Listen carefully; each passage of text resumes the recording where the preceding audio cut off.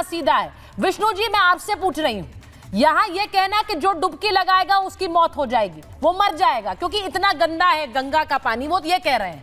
मेरा सवाल सिर्फ ये नहीं, वक्फ की जमीन पर हो रहा है ये कुंभ, आप सोचिए विवादों से जोड़कर कुंभ का आयोजन करना चाह रहे हैं।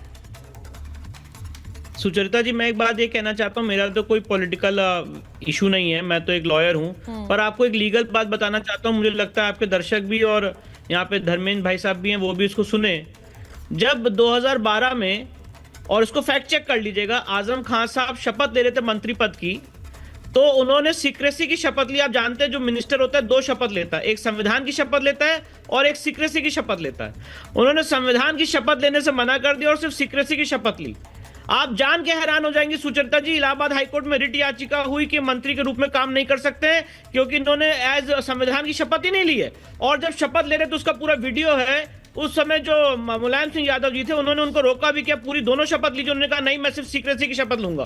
तो जितने लोग यहाँ पे बात कर रहे हैं संविधान को मानते हैं, बहुसंख्यक समाज की जो आस्था है उसके साथ खिलवाड़ करने का काम किया गया है। 2013 में आपको याद होगा सुचरिता जी, कैसे बोला गया कि हम आतंकवाद को छोड़ रहे हैं। अच्छा, एक मिनट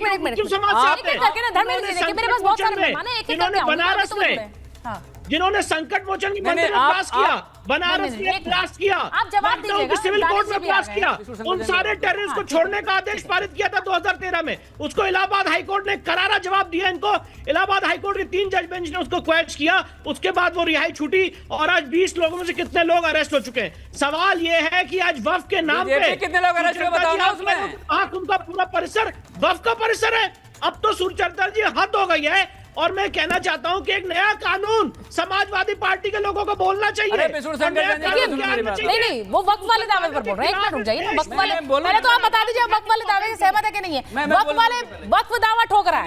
मुझे ऐसा लगता है धर्मेंद्र जी, एक मिनट, जैसे लोग जैसे नहीं होता, मैं उनको भी नहीं बोलने दूंगी कि धर्मेंद्र यादव जैसे लोग नहीं, तो इसे जैसे लोग वाले शब्दों का, टर्मिनोलॉजी का इस्तेमाल मेरे शो पर मत करिए प्लीज। मैं उनको भी नहीं बोलने दूंगी। उन्होंने कहा कि मैं सुप्रीम कोर्ट का वकील हूँ, मैं राजनीतिक वकील, तो ठीक बात है, लेकिन हिंदू के पर भी कर रहे हैं। मुझे बताइए, ये विष्णु शंकर जैन, ये जैन धर्म को मानते हैं, हिंदू धर्म को मानते हैं? पहले बता दें जनता को। आप अगर जैन धर्म को मानते हैं तो आप वेद नहीं मानते हैं, इसका मतलब आप हिंदू विरोधी है क्या? अगर आप जैन को नहीं मानते हैं इसका मतलब जैन विरोधी है। नाम है आपका विष्णु और शंकर, काम है आपका जैन का विरोध करना, और आप हिंदू की रक्षा कर रहे हैं, इस्लाम की खुदाई कर रहे हैं। ये कौन सी तकनीकी है, मुझे बताइए जरा। आप जैसे लोग जहर घोलकर इस समाज को नाश की तरफ ले जा रहे हैं। अच्छा, एक मिनट पेट्रोल गिरा रहे हैं, आप माचिस लगाइए। ठीक है धर्मेंद्र जी, मेरी एक रिक्वेस्ट है, मैंने आपसे सबसे बोला विष्णु जी, देखिए पर्सनल कमेंट मत करिए। नहीं, आपने उन पर पर्सनल कमेंट किया। मैंने आपसे कहा मैं अपने किसी मेहमान को दूसरे पर पर्सनल कमेंट की इजाजत नहीं देती हूँ, वो आप पर भी नहीं कर सकते धर्मेंद्र जी। नहीं, एक मिनट मेरी बात सुनिए, मैं चक्रपाणी जी के पास जाऊँ, सुनिए मेरी बात सुनिए। विष्णु जी की आवाज मुझे नहीं आ रही, उनकी आवाज दीजिए मुझे। वेद को नहीं मानते, आप इनसे पूछे मानते हैं? एक मिनट रुकिए, सुनिए। मैं आपसे पूछ रहा हूं भगवान और यादवों का क्या रिश्ता है, बताइए भाई। एक सेकंड रुकिए धर्मेंद्र जी, मुझे एक बात बताइए, यहाँ पर जो व्यक्ति आ रहा है वो डिबेट में अपने व्यूज एक्सप्रेस करने आ रहा है या अपना धर्म बताने आ रहा है, मुझे बताइए। वेद को मानते नहीं मानते, वेद को मानते हैं। मैं पूछ रहा हूँ सुचरिता जी, नेमीनाथ भगवान, बोलने दीजिए ना उन्हें। भगवान और यादवों का क्या रिश्ता है, बताइए ना। वेद को मानते नहीं मानते, डिबेट कहाँ डायरेक्शन में जा रही है, बताइए ना मुझे। अब मेरी बात को मानते नहीं मानते, स्वामी चक्रपाणी सुचरिता जी, सवाल ये है कि आजम खान ने क्यों नहीं शपथ ली कॉन्स्टिट्यूशन की, इसका जवाब नहीं है। 2013 में आतंकवादियों को छोड़। अब एक मिनट धर्मेंद्र जी, अब एक मिनट रुक जाइए, मुझे बाकी मेहमानों को भी लेना है।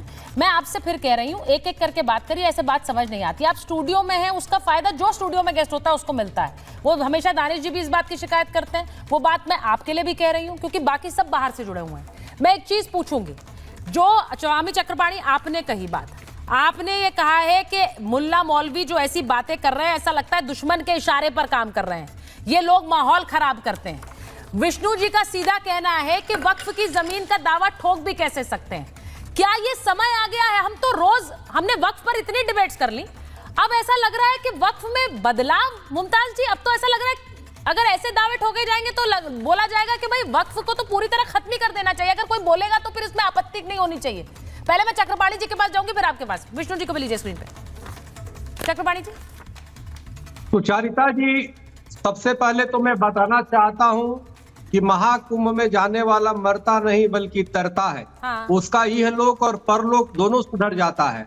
इस बात को समझना चाहिए कि इस कुंभ और महाकुंभ में आने के लिए देवता भी तरसते हैं, तो इसलिए वो हर व्यक्ति जो है अपने को सौभाग्यशाली समझता है और सौभाग्यशाली है जो महाकुंभ में जाकर के संतों का दर्शन करे, त्रिवेणी पे स्नान करे और वहां पे दान पुण्य करे। तो ये वही कर सकता है जो सनातन को जानता है, जो वहां के उसको जानता है।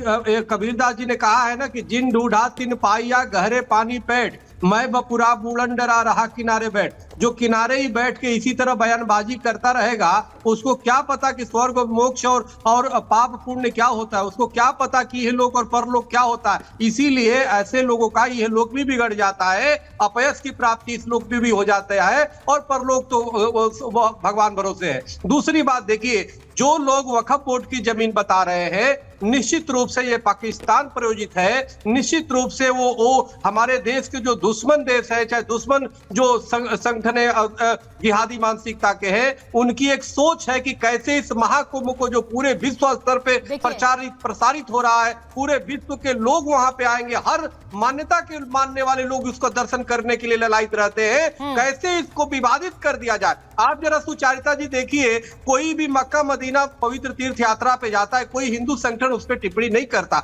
हम सब कोई नहीं करते। भाई जाओ ना, आप यात्रा करो, आप जाओ अपने अनुसार अपनी मोक्ष प्राप्ति करो, जो भी हो आप करो। लेकिन आप महाकुंभ आते ही वक्फ बोर्ड की जमीन बता दिया और ये अनेक प्रकार की। तो ये रामचरितमानस में लिखा है गोस्वामी जी ने कि जहां जप यज्ञ योग मुनि करही तह मारिच तू बाहु डरई, देखत यज्ञ निशाचर धावई करई उपद्रव मुनि दुपावई। यानी जब जब विश्वामित्र मुनि यज्ञ अनुष्ठान करते थे, वो जो वक्फ की जमीन का दावा कर रहे हैं वो ये भी कह रहे हैं कि भाई वक्फ की जमीन है तो हमें कोई दिक्कत नहीं है, वक्फ की जमीन पर आप कुंभ कर लीजिए, लेकिन मुसलमानों को भी आने दीजिए।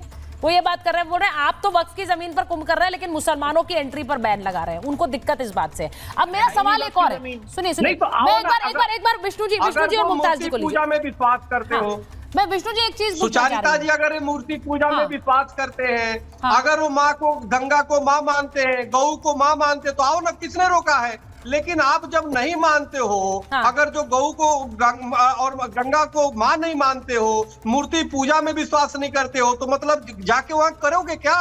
वहां पे कौन सा वो जिहाद करोगे भाई? तो इसलिए शांति व्यवस्था के लिए जरूरी है कि आप अपने पास रहो, क्योंकि मौलाना भी कह रहे हैं कि धर्म परिवर्तन होगा। तो भाई धर्म परिवर्तन ना हो इसलिए तुम चले जाओ, वहां जाओ ही मत। ये तो शांति व्यवस्था के लिए वो कह रहे हैं कि जरूरी है कि वो ना जाए वहां।